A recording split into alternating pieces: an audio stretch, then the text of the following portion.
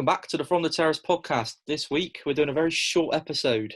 I think you can tell what it's going to be. He's in his Fulham jacket and I'm in my Brentford top. Where we see it there? The old badge. Me and Regan are going to be previewing the richest game in football.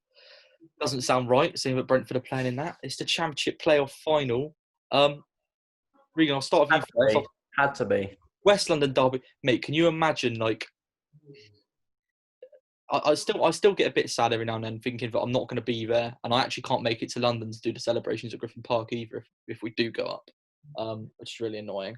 At least you watch the game live. I'm going to have my own celebrations here in Bristol if we do go up. But, so West London Derby, can you imagine we were there? Oh my God. Me and you walking down Wembley Way, scraps would have been at. I can't believe it's come to this. The playoff one would be as well. It's ridiculous. We'll start with Fulham now. Your playoff semi-final. We'll start with the playoff semi-finals. You beat Cardiff. So I'm trying to think now. It's 3-2 on aggregate, wasn't it? 3-2 on aggregate. You beat Cardiff. You lost 2-1 in the second leg at Craven Cottage. Thoughts on the semi-finals against them?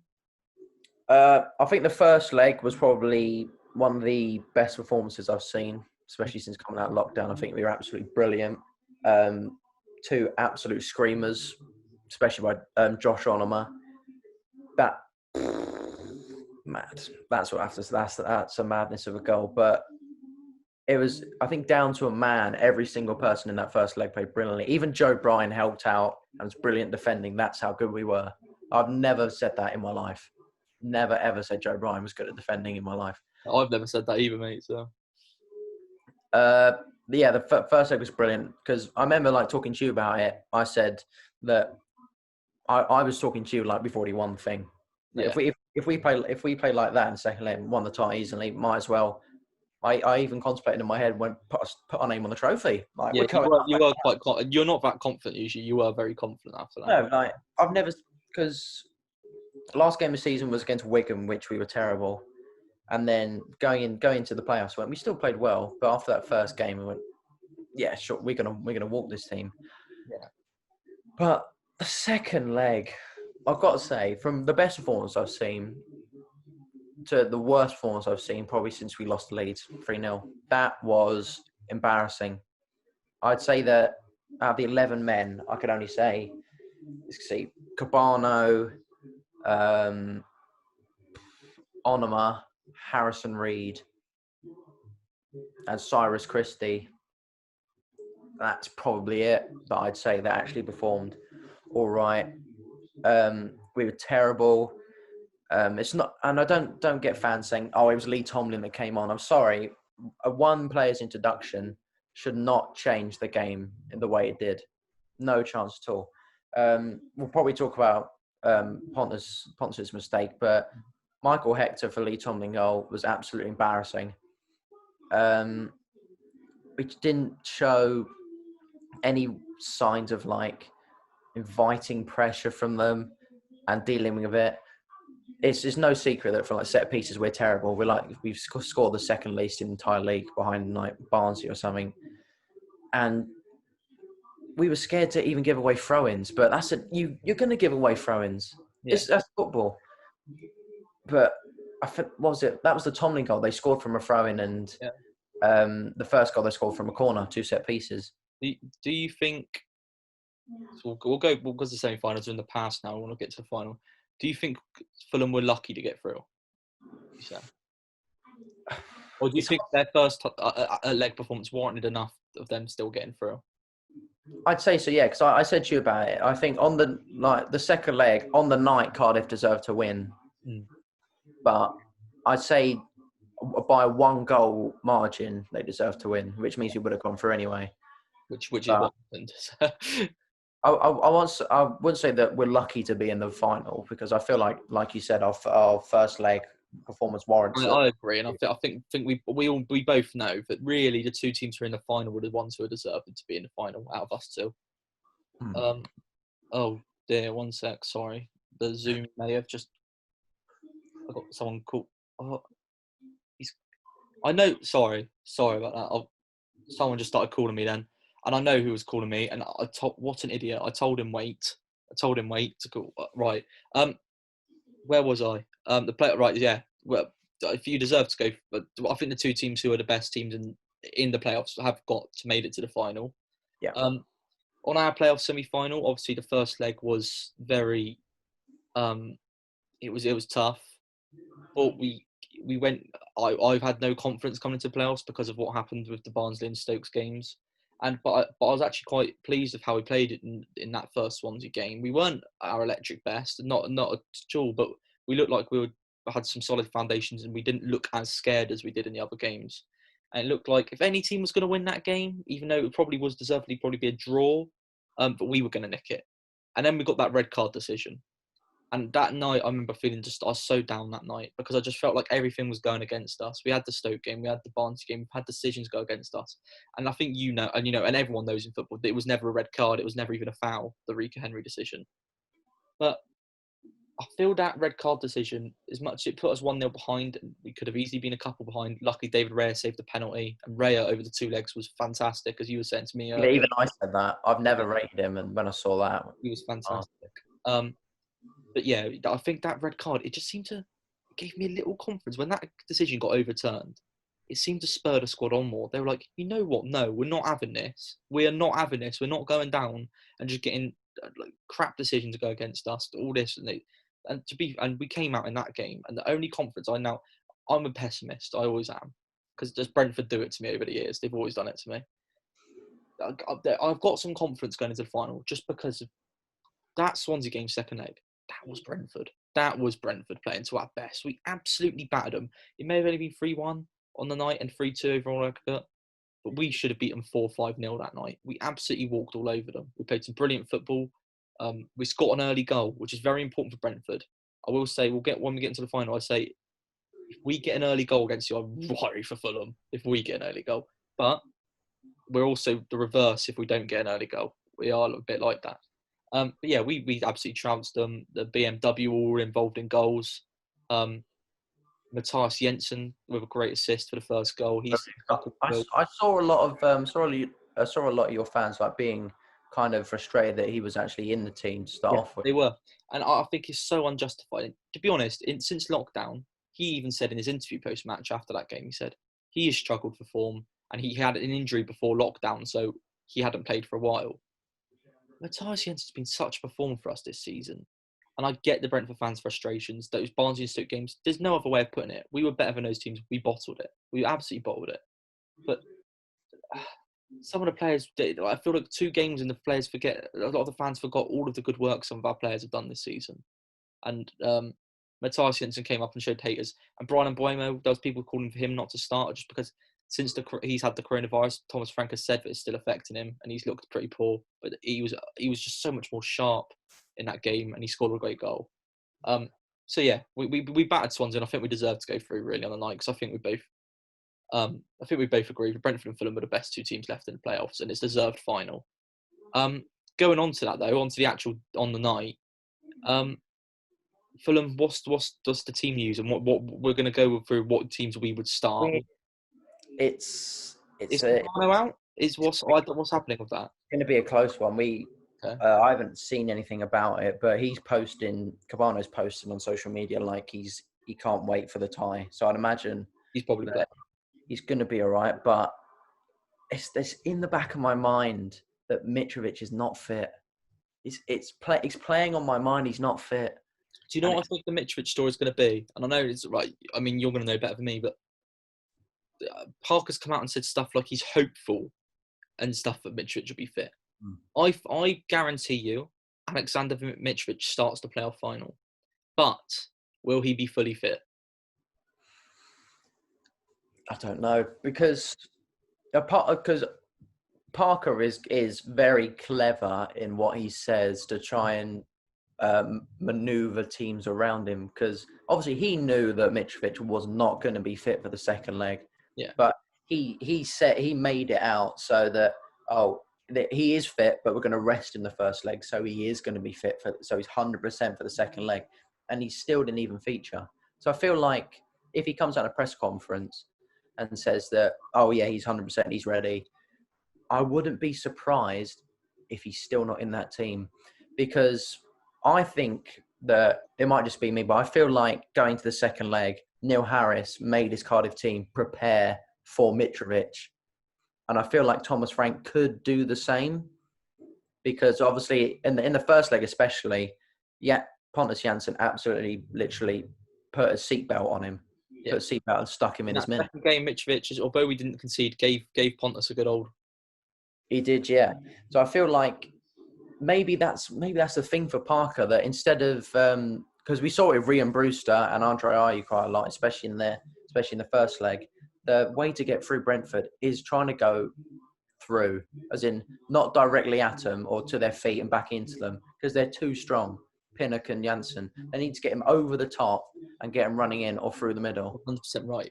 David Raya, a very good sweeper keeper, and that is why Brentford have kept been so good in defence this year. But if there is one way of getting at Brentford, it's those balls through the middle and over the top of Pontus and Pinnock. That is pace is what you want. That is how you're gonna get through. But Yeah, so bearing that in mind, who would you go for your starting 11 personally? And we'll go with this of everyone you know is going to be fit, and we'll allow you to assume that Mitra is going to be fit, because I'm assuming you'd want to play Mitrovic if he's going to be fit. yeah. So. Okay, it's going to be Rodak, obviously, because he's saved us too many times. I kind of don't want to say Joe Bryan because I know that in the other two games he was terrible defensively, but we don't really have any other choice. It's going to be Ream and Hector. It's going to be close between Adoy and Christie because Christie's very attacking. He's like Joe Bryan. I can see it being Dennis Adoy personally. Yeah, he's like Ryan Fredericks. He bombs forward a lot, but he's going to be marking Saeed Benrahma. Who would you want then? Who you want? I feel like since I know he's going to be marking Benrahma, I'm going to have to say Adoy. Because we need a fullback staying back to mark him, because we cannot show him inside. We cannot have no one there showing him like, well, there's no one there, just literally run through. It seems like maybe it's hard. It's easier to save and stop other than actually do it. But the first thing you say to your squad is you don't show Saeed Benrahma inside. Do you? Yeah. No. But I'd say Adoy, even though he let Mendes Lang do it 3 times in like 5 minutes and he missed by about that much. Harrison Reed, if he's not there, if he's not in the team, I'm not even going to watch the game. Brentford fans, that's the one player we picked up on, and good player, Harrison Reed. I genuinely think that, and I might be me being biased, but I think he's top 10 in the champ. Oh yeah, I think he can be. Yeah. I don't know what's the deal with Tom Kearney, because the playoff games they're playing him CDM alongside Harrison Reed in front of the defence, and yes, he's quite strong and he will win possession for you, but he's not a defensive player. That personally feels like a waste of Tom Kearney's ability to me. Yeah, I feel like the only thing that he's done is really get the ball and carry the ball forward and then whip it out wide. Yeah. Yes, that's good to start attacks, but when you have someone who's got a left foot as deadly as that, you can't have him there. You can't have him there the whole game. If Cabano's fit, start him. That simple it is. You've only named 2 midfielders there. Yeah, I'll do. It's like 4-2-3-1 kind of. Oh, okay, sorry. All right, yeah. But Cabano will be on the left. Even though I think when Abu Kamara came on, he was fantastic. Yeah. Onoma in the middle, because it's Onoma. He's been brilliant. Oh, it's right wing, because Knockaert, I feel like he's an experienced head that we could use on the pitch, but he's been terrible. Cavallero is a better footballer. But in pressure scenarios, the one player who is really good on the right is Kamara. It's Abu Kamara, but I think he's good as an impact sub. Or maybe you could put Bobby Reed on the right, and if it comes, you can push him in the middle. And up front, if he is fit, Mitrovic, because yes, he won't win any headers and get bullied off the ball, but he knows where to find the back of the net when he gets the ball. Even if Pontus and Pinnock, they could pocket him for 89 minutes, but he needs that one chance and he scores it, doesn't he, Mitrovic? Yeah. Personally, I'd go with for Brentford. I think the team, Brentford very closely picks itself. So you've got David Raya in goal. You've got your back four of Dalsgaard, Pontus, Pinnock and Henry. which when them lot have been together, the goals we have conceded, the little amount we've conceded is absolutely unbelievable. That's the best back four in the league by a mile. It's just that Leeds' defensive record is better because we've had to chop and change at times. Yeah. Christian Norgard, my Brentford Player of the Year in whole midfield. The guy is phenomenal. It's just those little chances where Brentford, sometimes on the edge of the area, we have been susceptible, especially in recent years. We still are a bit now to not clearing our lines. Luckily, Norgard's always there just to stop. Even if we don't clear our lines, he stops the pass through. He wins the interceptions. He's a great player. And he actually, he presses from the front, which is weird as a holding midfielder. But you'll see when Frank gives that call to press, Norgard's the first one sprinting up the pitch, you realise. I'll go Matthias Jensen. As long as he's playing his best, he's our most creative midfielder.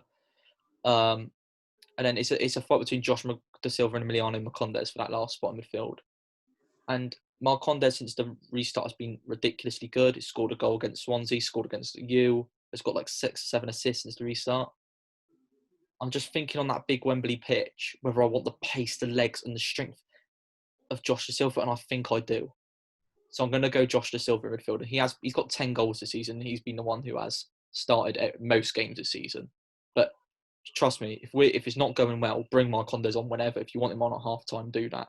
I'm happy with that. He's very good. He's been brilliant, Marcondes. It feels harsh to drop him, but and then I think BMW front three goes without saying, doesn't it?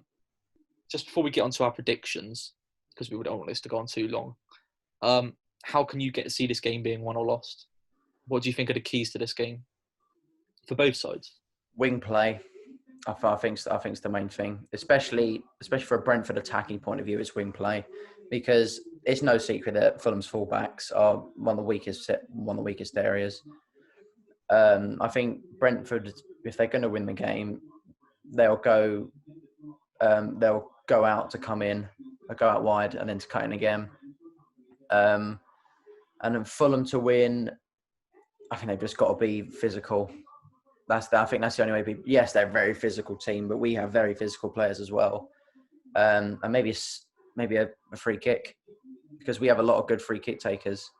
And the only good thing I'd say about the loss to Cardiff is that I said it about to you, Bill, that the last 15-20 minutes, that's a side of Fulham I've never seen. It showed to me that we can close ties out. Yes, we lost the game, but we won the tie based on those last 15-20 minutes. I feel like that it's, like you said, a fast start, but either team will probably win the game for either side, I think.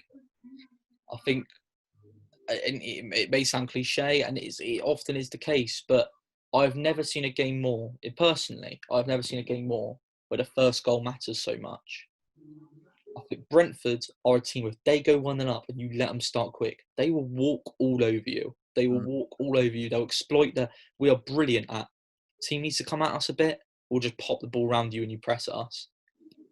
If we go 1-0 down, we've seen the amount of times we've lost 9-0, maybe that Swansea might have made it 10 now, 1-0 10 times this season. We struggle when a team sits back after they've scored, obviously, when you have no intent of scoring another goal. I think this game's won or lost for Brentford. It may sound weird, it's not actually a part of the pitch, I'm going to say rhythm and confidence. If Brentford come out confident and play the way they can and have the rhythm of those 1-2 passes we know Brentford can play, I think Brentford win the game. I think if we come out and we look like Brentford, I'm not expecting us to play the best game we've played all season. If we come out and we look like the team that have played well 75% of this season, we come out and win the game. Because I think me and you both agree that Brentford's, when both teams are on full force, are the better side. But I think Fulham just got to spoil that front three. I think if you can break down our rhythm, and you are right with physicality, I think if you can be physical, if you can chop Ben Rama and not want him and make him not want the game, if you can force Mbuemo out wide and not onto his left foot, I think you win the game. I think it really is how Fulham deal with our front three. I think if you stop that front three, which is doable. It's like I know our front three is amazing, but it's doable. It's been done a few times. Barnsley did it to us. If you do that, I think you go on and you win the game, because I think when Brentford don't get the ball to their front three enough, we grow frustrated. And then Fulham, a remarkable side who can play good football as well. And I've got a really bad feeling, but you've said Knockaert and he's not been great recently. This game's got Anthony Knockaert whipping one top corner all over. I did say that, actually. I did say that. I think it's got written all over it. But go on. And before we go on to prediction, can I ask you a question about Ben Rama? Because obviously in the playoffs and a few games beforehand, he seems to be missing a lot of chances, and he's not been nowhere near his best player in the championship. So does that worry you going into the game? Would you think that he's so good you can show up whenever? It doesn't. Do you know what? It doesn't worry me so much, because I know what you're right. And you said you watched that Swansea game and he missed some chances. He hit the inside of the post. Yeah. He did miss some chances. You're right. But I think Brentford fans know, and this is why we do sometimes hate when we get called a one-man team and everyone just goes Ben Rama, Ben Rama, Ben Rama. And Chelsea are interested, obviously, in all that. The guy's phenomenal, but we've seen that all year. That's why Brentford fans get frustrated with him sometimes. Don't get me wrong. What a footballer. Probably the best player we've ever had at Brentford. But he does miss chances a lot, and I think he has the ability to play for any club he wants to play for. But he doesn't have the decision-making to play for any club he wants to, and he's going to have to learn that. But, like I said, I don't think it worries me. Do you know why? He has these spells, yeah? And when these spells when he hasn't scored for maybe a couple of games, something, Ben Rama, it's still looking lively. And if he's looking lively, against you lot, Regan, I mean, I'm not going to say it's going to happen, but he could go and score a hat-trick. Because I think he still looked lively. And if he turns it on, if he scores that first shot when he cuts inside, if he gets that goal, God, Jesus Christ, you don't want a confident Ben Rama playing against you. You do not want that at all. But no, it actually doesn't. No, to answer your question, it doesn't worry me, because I've still seen that even though he has missed a lot of chances recently and he hasn't been scoring, he's been lively, and he's still shown he got into positions, didn't he? Yeah. Which is, I know it was a cliche as well, but as long as they're getting into positions, it's when they're not getting into those positions and not creating chances when you start to worry. But yeah, I think that will be all right. Do you want to get into predictions then? I'm going to let you go first. I'm going to let you have the pleasure. Oh, this is just going to be pessimism at its finest. I think it's going to be from both of us, mate. I don't think mine's going to be as bad as yours could be as bad as mine. Yeah. I'm going to go for 4-0 Brentford. Really? Is that you being worried? Or, and obviously it's got to have a tinge of you being worried and a bit of a pessimist, but is that something you can generally see in your head? Yeah, because I feel like we said constantly, it's the first goal. I know if Brentford get it, then Fulham will drop their heads immediately, because they'll know from experience they cannot come back against Brentford. It's happened time and time again. And I feel like even in the second leg against Cardiff, lost that first goal. And yes, we got that equaliser 27 seconds later. But it's just, we lost that first goal. We conceded that first goal. And I guarantee you, if Brentford get that first goal, they will not let Fulham, within 27 seconds, go up the other end and score. And I feel like as soon as that happens and they don't get their chance, I think that'll be game over. Yes, Mitro have a few chances, but I can see Brentford walking this. And I hate it, but that's the way I think. I'm going to be pessimist and shoot me if I'm wrong, but I'm going to go with the scoreline that has killed Brentford's season. I'm going to go Fulham 1, Brentford 0. And the reason I'm going to go that is because, yes, I'm a pessimist. I've said this to my friends forever, and I've said it because I've supported Brentford through League 2, League 1, Championship, and it's always been a distant dream to me. There's still something in my head, and I don't think it will even, because it's behind closed doors and everything, it will take a while for it to sink in if it did happen. I can't see Brentford in the Premier League. That may seem a stupid reason, but that's the reason I'm going for the 1-0. I can't see Brentford in the Premier League. It's something that's unimaginable to me. But I also think I have such a bad experience with these big games. We've lost to Stoke, lost to Barnsley. I've seen us in playoff finals before. We never seem to hit our rhythm. We never seem to do ourselves justice in big games. So I'm going to go Fulham 1, Brentford 0, and I'm going to go I'm going to go Anthony Knockaert to score the goal. Against the team which has the most 1-0 wins in the champ. Yeah. That's our pessimistic preview, Regan. God, we seem like two people who can't wait for Tuesday, don't That's the title. That's Yeah. pessimistic prediction. Playoff pessimism. Playoff pessimism. There we go. Remember to like the video. Subscribe to the YouTube channel. And I hope to see you supporting a club that is £170 million richer by this One time. of us will, that's for sure. Yeah, one of us will. Probably Fulham. They'll spend it on 170 million prawn sandwiches. So there we go. Right, cheers, Regan. See you next week, guys.